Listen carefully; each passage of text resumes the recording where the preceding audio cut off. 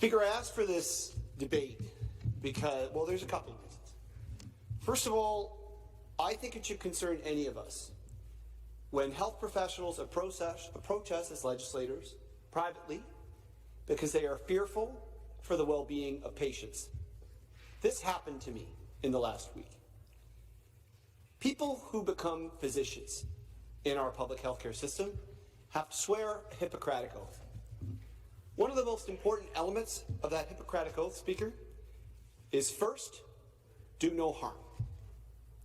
The person who spoke to me told me that the private for-profit clinic, orthopedic clinic, that's been operating at the Riverside Campus of the Ottawa Hospital has been draining away nursing staff from the Ottawa Hospital campuses elsewhere, to the extent that cancer patients waiting for care were having their care bumped, because the Ottawa Hospital is planning a surge in available times to get people to the cancer surgical care they urgently need. And Speaker, my family has been through this. I personally knows what it feels like to fear about every single, forget about day, minute, hour, somebody is waiting for care.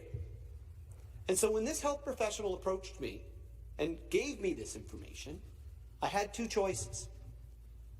One choice was to do nothing. But I believe a Hippocratic oath applies to our profession too. I believe we should have the approach of first, do no harm. So I told this person who had the courage to come to me, I will take your concerns to the legislature. That person, Speaker, is afraid to speak publicly because of the repercussions that happen to whistleblowers, sadly, in our healthcare system, which are well documented. What was the response of the government? The response of the government this morning, Speaker, was to talk about advocacy events we have held in Ottawa Centre and to allege that we, the members of the opposition, were interested in protesting or have heard in previous debates, harassing patients, harassing staff. Speaker, for the record, in this sanctified place that our grandparents built, let me make it very clear to the government, that has never happened in the city of Ottawa. Never happened. People have asserted their charter rights.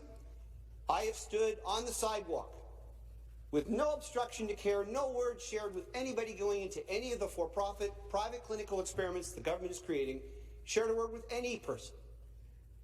But I have stood with nurses. And I have stood with custodians. And I have stood with administrators, and I have stood with them, and I won't apologize with them, this government, for doing that at all. It shouldn't need to come to that. You didn't campaign on this in the election. I didn't read once this government talking about introducing private for-profit care Not once. in our healthcare system. You didn't campaign on it. They didn't show up to talk about it. But you surprised us early in January with the revelation in Ottawa that you were going to empower 26 orthopedic surgeons to pay nurses twice the salary to work in this private for-profit clinic inside our public hospital system. You're draining nurses from the public system.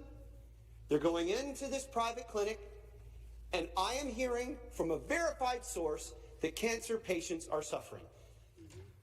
And I'm making it up? Or I'm blocking patients from care? Speaker, I'm going to invite the members opposite as they respond to this. We need to investigate this. That's all I asked this morning. Investigate this complaint. Take it through the health ministry. Ask the governance structures at the Ottawa Hospital. Are nursing shortages impacting people inside the public system? That's what I asked. What is the evidence that we have today, Speaker, with how the government's managing the healthcare system? The truth be told, I'm sure what we're about to hear from the parliamentary assistant is a lot of money being spent or announced. But this is what I know. I know that in the last year there have been 158 emergency room closures in the province of Ontario. 158. And it would be normal, perhaps, for 10 to happen in a year. There have been 158 ER closures. There are over 2,000 people on the orthopedic surgery waiting list in our city. And for those needing oncology care and cancer care, every second matters. So I don't want to be trading smears in this place any longer. I don't want to be hearing rhetoric in this place any longer. What I want is this government to investigate this matter and take it seriously.